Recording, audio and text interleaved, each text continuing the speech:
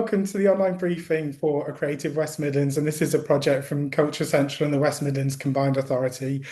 Just some housekeeping stuff first. The session's going to be recorded, the slides will all be sent out afterwards as well, and there are some QR codes in the slides for links to resources that we're talking about today. If you need captioning, you should be able to turn that on by going to the bottom of the screen, either clicking on it if it's there as an option, or going to more and clicking captions and then show captions. Thanks to everyone as well for letting us know about all your access requirements. If anything's changed, you can drop Charlie from the team a DM and she'll work out a solution or something to make the event work for you. So the event today is a really brief introduction for me. I'm going to hand over then to some of the project team to tell you more about the research, what you can do with it as well. And then just at the very end, we'll be telling you a little bit about next steps. It is a very short 30-minute briefing. It's kind of a first taste of the research because we want to kind of get it out into the world. But if you've got any questions, pop these in the chat. We'll compile responses and we'll send them out after the event as well with all the materials. So just some really quick introductions. My name is Anthony Ruck. I'm Chief Strategy Officer at Culture Central. And I'll just pass over to the project team really quickly so they can say a very quick hello, tell you their names and where they're from as well.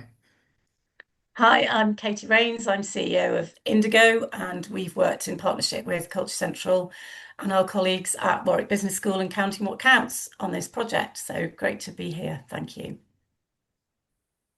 I'm Mark Scott. I'm a research fellow at Warwick Business School, been working on the project with the team. I'm Mark Dunford. I'm Research Director at Counting What Counts. So we'll be hearing a lot more from everyone later, and there's a big chunky bit of presentation and lots of exciting stuff to tell you about. But for those of you that don't know us, Culture Central is a membership organisation. We're an investment principal support organisation as well. And really our role is to convene, challenge and connect the sector to create opportunities through culture for the people and places of the West Midlands. And this project, I think, is a really key part of that. We've kept today as a really high-level briefing to get this research out so that people can start using it, testing it, and telling us what they're doing with it as well. And we've got some exciting plans for after the summer to really dig into the work that you might be really interested in, or you might have colleagues that are interested in. And we're going to actively use this research to inform what we do as a sector as well. So today is a really regional overview that's going to go through some of the high-level findings, but all of this really needs to be translated into the context, the art form, the people or the places that you work with and in. And it's really core. It's about how we are creating those opportunities through culture for the people and places of the region. So I think just as a bit of context and how we all got here, I think we were really aware that, as a sector, we've continued to work with and we understand research and data and evaluation. And there's lots of tools and that we've used to develop our practice, programs and approaches with all the work that we do. But particularly recently in the region, there have been some big opportunities and events, things like City of Culture, the Commonwealth Games, where there's been a lot of investment in understanding and working with data and audiences and understanding the people in the region as well. And that's looked like things like the place profilers in Coventry, the one that was developed for the Commonwealth Games as well, and the audience research reports that Indigo previously worked on as well. And so we've also done, as an organisation, a lot of work on supporting the sector to understand and use some of this data as well over the past couple of years. And we know that people are really starting to work with it and use it to inform their programmes, their activities as well. So we knew that this was really important, and we knew that we had a role in supporting this work as well. And at our first summit in 2024, Collectively Strategising Culture, we were really aware that the sector said that it wanted this too, having a really deep understanding of what the region's cultural and creative lives look like, and looking at this beyond traditional forms of cultural engagement as well, and kind of broadening that to really start to get a bigger picture of the region. So we're really pleased actually to be delivering this as one part of our plan with the sector. And one of the things that we really saw an opportunity with earlier this year, well, a few years ago now, was looking at the latest census data and the latest participation surveys, which for the first time have been made available at local authority level. So this is a brand new thing. And we spent a lot of time working out what it was we actually needed. And we've also added an additional regional survey that Katie will talk a little bit more about later. But we know it's the first ever regional survey of people's perceptions of their own creativity and a few more things as well.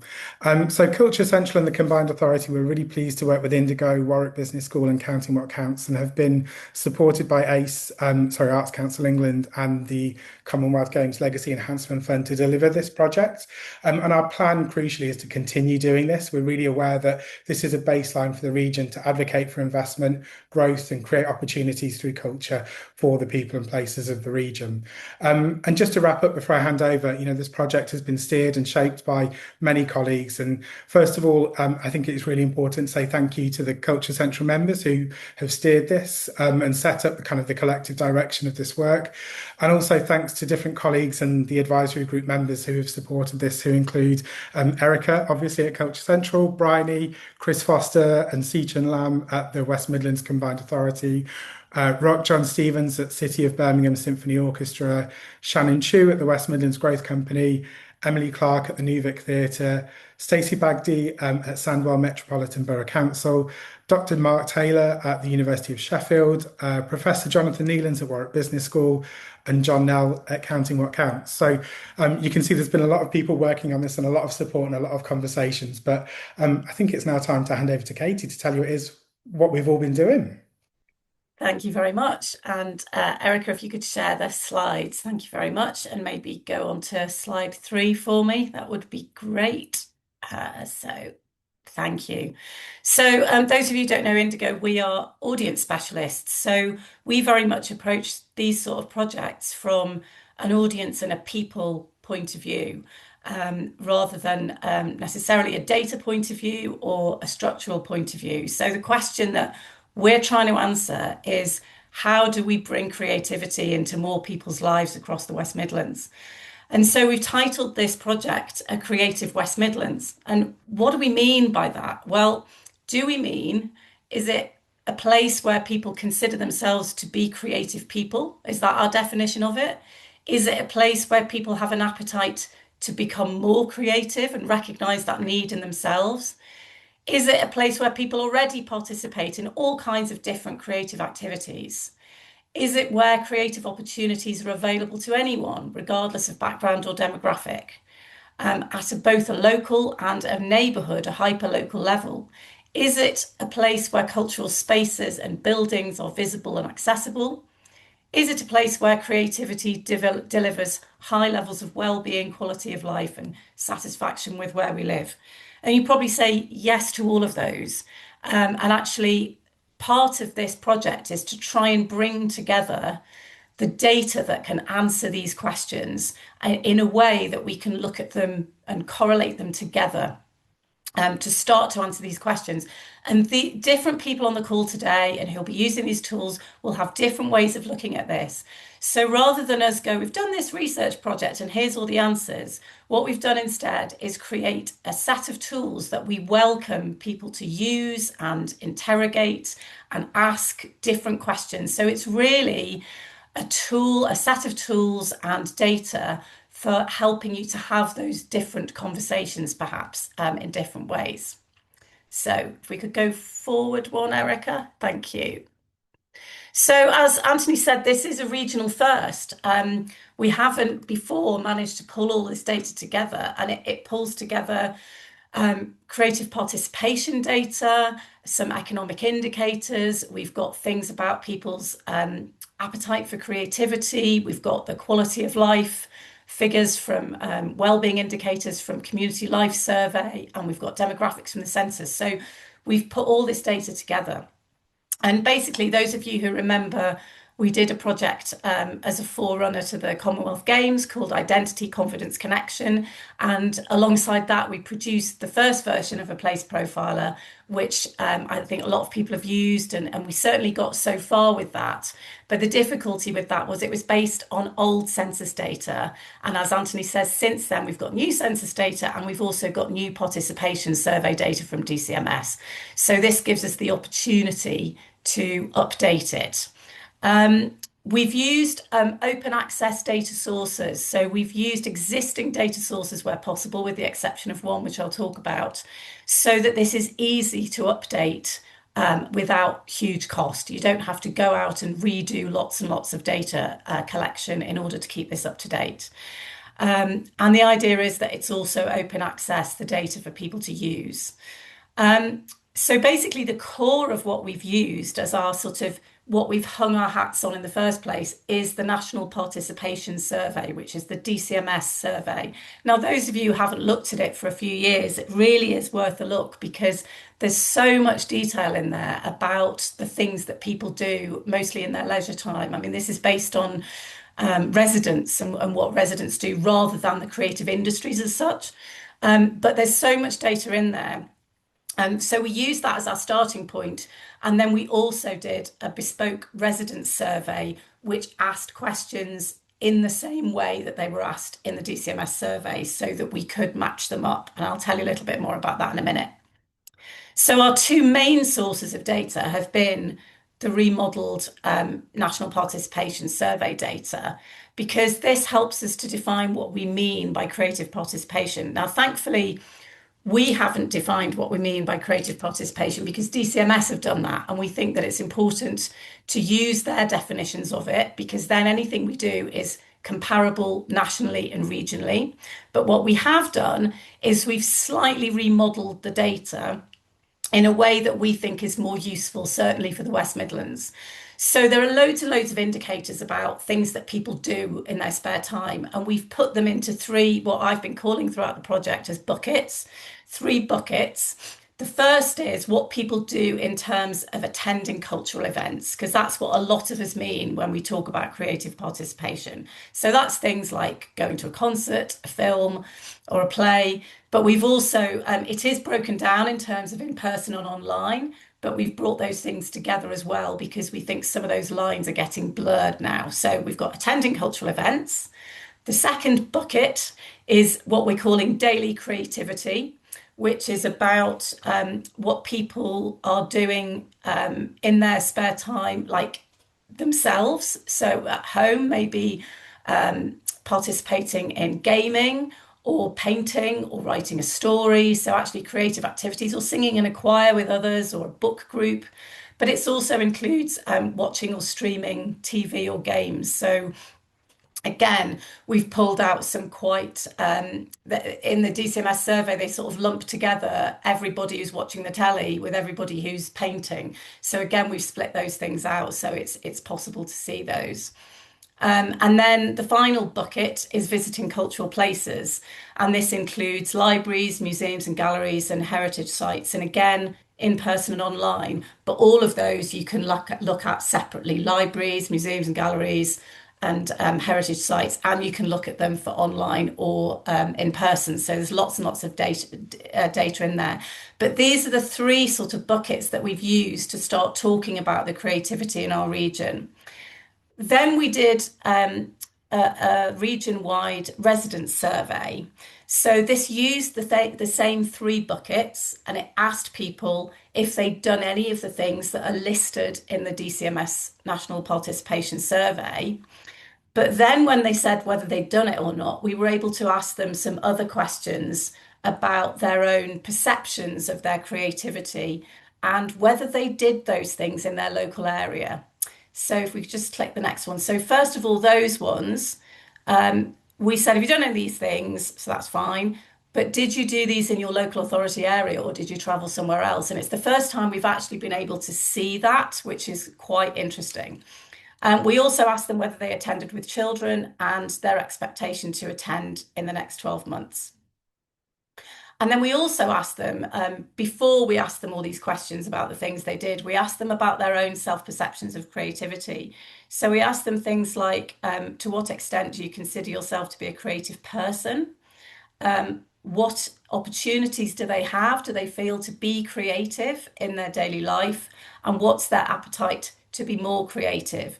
Now, obviously, when you ask these people these questions before you've given them the lists, they might mean all kinds of things by creativity. And that's why we did it, because once people are in a box of, oh, they mean going to the theatre or they mean painting, they start shutting down their perceptions of what might be creative. But by asking them these questions first, we got a true measure of what people think about their own creativity. And I'm going to show you some of those stats in a second.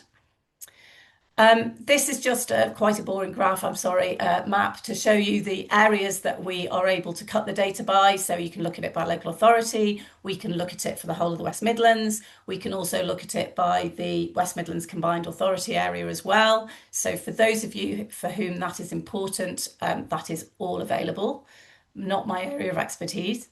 So I'm going to just take you through a handful of the findings, but these are going to whiz past quite quickly, and some of the graphs are quite small, which I'll apologise for, but all of this is in the report, which is launched today on the website, which will be in the chat. So the first thing, which is slightly depressing, is that creative participation levels in the West Midlands are low compared with other English regions. And most of you probably already know this, but this particular graph shows events. So if you remember, we've got our 3 buckets: events, creative, daily creativity, and places. This is the event category. We are the lowest in the country for people attending events. Now, we know there's all kinds of reasons why that might be, and that's why we've got all these tools to look at it. But we're in the bottom 3 for all 3 buckets, unfortunately. So this is the challenge we've got to address. The second thing is those creative participation levels vary hugely across the region. So with this one, for example, cultural events, we range from 53% of Stoke-on-Trent residents who say they have attended cultural events in the last 12 months to 88% in Warwick. Now, why is the first question I want to ask there, and hopefully some of these tools and conversations we can have using the tools can start to answer those questions. We know it'll be affected by age, ethnicity, levels of education, but also local provision, local infrastructure, transport, all those sorts of things. So these are hopefully tools that can help us have better conversations about that. The next thing is perhaps more encouraging, that 70% of West Midlands residents in the resident survey consider themselves to be a little or a lot a creative person. That is, I think, a huge opportunity. Sadly, 3 in 10 of them don't recognise much or creativity in their lives, or any creativity in their lives. But I think 70% of people defining themselves as being creative is really fantastic. However, again, it varies hugely. So in Dudley, only 59% of people consider themselves to be a little or a lot creative, while in Birmingham, it's 77%. So again, interesting conversations about that to be had. And then the really exciting thing, I think, is that there's 3.35 million people in our region. That's 52% of West Midlands residents say they want to be more creative in their day-to-day lives. So that is absolutely fantastic. And interestingly, age and ethnicity affect those responses more than any other demographic factor. So if 52% of all West Midlands residents say they would like to be more creative, that's 67% of 18 to 24-year-olds and 62% of global majority respondents. So they're 2 areas that traditionally we've struggled, certainly in terms of event attendance, to get people engaged. So that is a real opportunity for us. 2 more that I'm just going to share with you. Over 90% of residents expect to participate at least the same amount, if not more, in the next 12 months. And again, what is interesting here in terms of an opportunity is that the global majority audiences say they are more likely to say they expect to increase their engagement in the next 12 months. So these figures in the box are people who say they expect to do more. So 29% for West Midlands, but 38% of global majority residents. More activities, considerably higher, and more places as well. So again, this is all really encouraging. And then the final thing I just want to share you is, obviously, as I've said, younger residents do present a real opportunity in a region that we know has a young profile, a big, strong opportunity for growth in creative engagement. So this graph here shows the participation rates for events on the left and creative activities on the right for 16 to 24-year-olds compared with the average for the West Midlands. So they're already participating more, and as you've seen from the previous points, there's a huge appetite to do more, to be more creative, and expecting to do more. So this is the opportunity, guys, that we've got. What we've been able to do, and this is where we get into some very clever data manipulation from my colleague at Counting What Counts, Mark Dunford, so shout out to him. We've been able to cluster the local authorities, looking firstly at just the two axes of the levels of cultural participation that are happening in a local authority compared with what the residents who live there say they have an appetite for in terms of being more creative. So we have these sort of four types, if you like, of local authorities of, established cultural hubs in the top right, where there's lots of people engaging in culture and a high appetite for more culture. So real opportunities there to be harnessing that and doing more. But then perhaps in the bottom left, we've got some quiet cultural corners that perhaps need the volume turning up a little bit, where there's not as much going on with people and there doesn't seem to be that creative appetite. So the next one shows a slightly mind-boggling matrix, which you won't be able to see anything on these slides, but you will be able to see in the report. And again, shout out to Mark for doing this, because this shows each local authority on those three buckets of events, places and activities to see where they fit in that kind of criteria. So if you like all that data-y stuff, then it's all there. Speaking of local authorities, we have done some perhaps easier to digest local authority profiles. So if you go onto the Culture Central website page, you'll be able to see that there is a sort of 5-page snapshot for each local authority, which gives you all the metrics for your local authority and compares them where possible with the West Midlands overall and with England, where we have those stats, and you'll be able to see exactly where we've got each bit of data from as well, so you know we're not making it up. And then finally, I'm just going to show you, as I say, this project is all about tools that can be put into your hands. So there are 4 main tools that you can use. One is the summary report, which I'd encourage you to read. It's not too long and it gives you a really nice story of what the opportunity is. Then we've got something called the Creative West Midlands Profiler, which Mark is going to show us in a sec. Then we've got the local authority snapshots, which I've just shown you the screen grabs on, but they're all downloadable and they're a nice 5-page printable version you can stick on your wall. And then we've also got raw data feeds of the data. So if you're in a local authority or in an organisation that actually wants to be able to plug this data into your own data visualization tools and things like that, we've made it available in a format for you to do that and filter it down to the area that you want and knock yourselves out by correlating it with all your own data. So thank you for that. I'm going to hand over to Mark Scott, who is now going to show us the place profiler.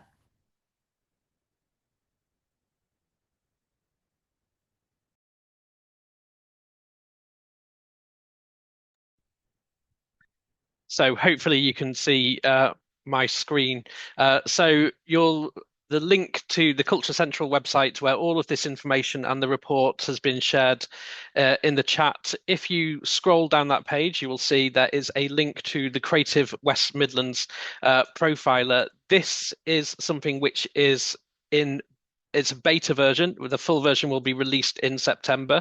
So we are still working on some of the features within it. But when you click on that, you'll be taken to our profiler tool.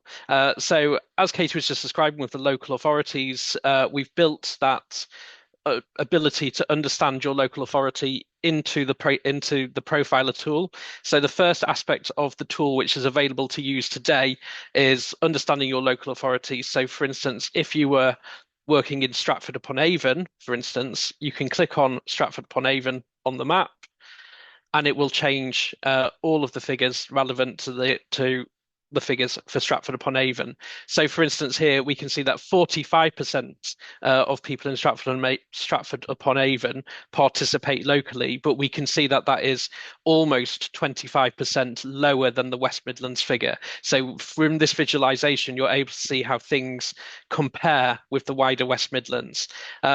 But you'll also be able to see where things are positive in comparison. So, for instance, in Stratford-upon-Avon, 86.3% recommend their area as a place to live, which is almost 25% higher than the West Midlands figure.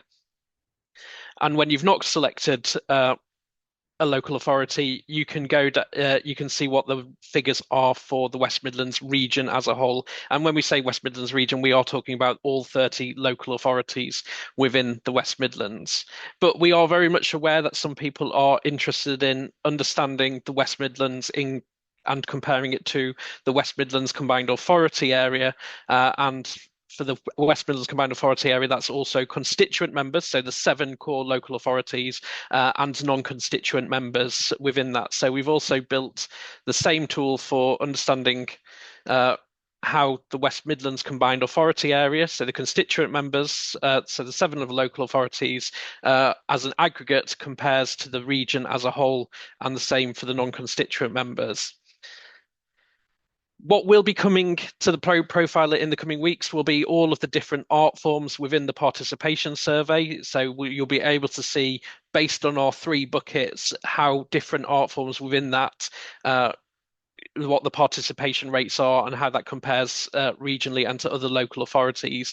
That's something that is still being developed. What you'll then also be able to see is how participation in terms of demographics from the participation survey reflect the demographics of a place where participation is taking place, which is particularly useful. So for instance, in Coventry, for example, theatre participation is lowest in the age group 20 to 24, but that is the biggest age group in terms of size within the city. So there is an opportunity to target work for that thing, but that's forthcoming.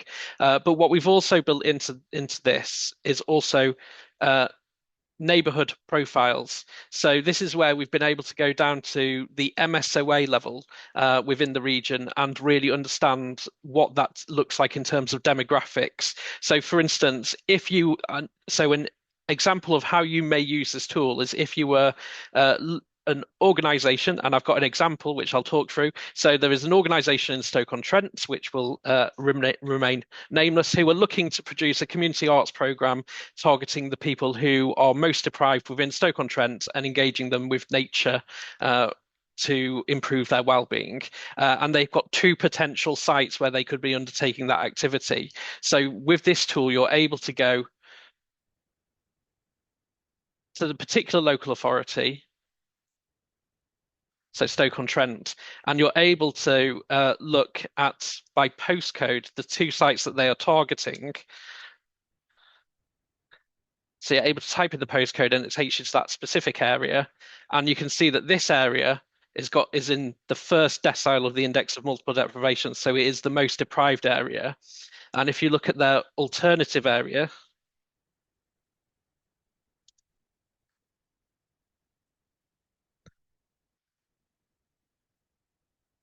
that's in decile 7 of the index of multiple deprivation. So that's in an area which is less deprived than the first one. So they're able to then select the first one based on the appropriate knowledge that the data shows them. So that's just an example of the tool and the profiler. As I mentioned, this is in beta version, so there's a few tweaks that we're going to be making. We're going to be adding extra functionality ahead of September, but that's the profiler that supports the report. Brilliant. Well, I can see we're at 10:30, so I'll just wrap up in the next minute or two. But thank you so much to Katie, Mark, and Mark for all their work on this. I think one thing that we're really aware of is that lots of people will use this tool in different ways and will use kind of the different functionalities in very different ways as well, whether that is about things like traditional audience development or whether that's about particularly kind of targeted work with communities or identifying new areas or places that organisations or individuals might want to work with as well. So I think what we're really excited by is that hopefully seeing this stuff has made you kind of go, I've got loads of questions about this. Why is it like that in my place? And that's exactly kind of what we want to dig into. I think the crucial thing though is about how we answer them through our actions as organisations or individuals or people working in the sector. What does this tell us? And then what do we want to do about it that's relevant to us and our people and our places? So I think the other thing to add as well is that we're really aware that we plan to repeat this as well. So the next participation survey that's planned at local authority level is happening in 2026, 2027, and the data will be released after that. And our plans are to update this and to kind of compare where we've been with where we are or where we will be. I think the other key thing to say really about all of this is that we want you to look through this. We want you to start playing with these tools, and we want to know how you're using it. So please do get in touch with us at Culture Central and tell us about it. And then in September, we've got a sort of a bigger plan really to dig into all of this, all of the research, all of the data, and we're calling it A Creative West Midlands. What next? So it's kind of a bit action focused. It's going to be on September the 23rd in the afternoon in Coventry. If you want to sign up, please do. You can use the QR code there as well. And what we're also looking for is we're really interested, and we'll be putting out more information about this, is having a few different people or organisations to run workshops with us and to show how they've used the data, but also to share that knowledge with other people working in the sector as well. So yeah, that is everything. Excuse me, everything from us today. A big thank you again to all of the team that have worked on this. The other event that I've completely forgotten to mention, for those of you that are really, really interested in kind of the technical workings out behind this, some of the statistical work, and some of the methodology particularly as well, we are also planning an event in October that's much more focused on kind of that technical use of the data and digging into some of the interesting things that the team have all been working on. So yes, we'll be sending out all the information about this. This video will be going up on YouTube as well. Please do share it with colleagues and other interested people, and let us know how you're finding using it. And yeah, thank you everyone, and thanks for coming along today. See you everyone.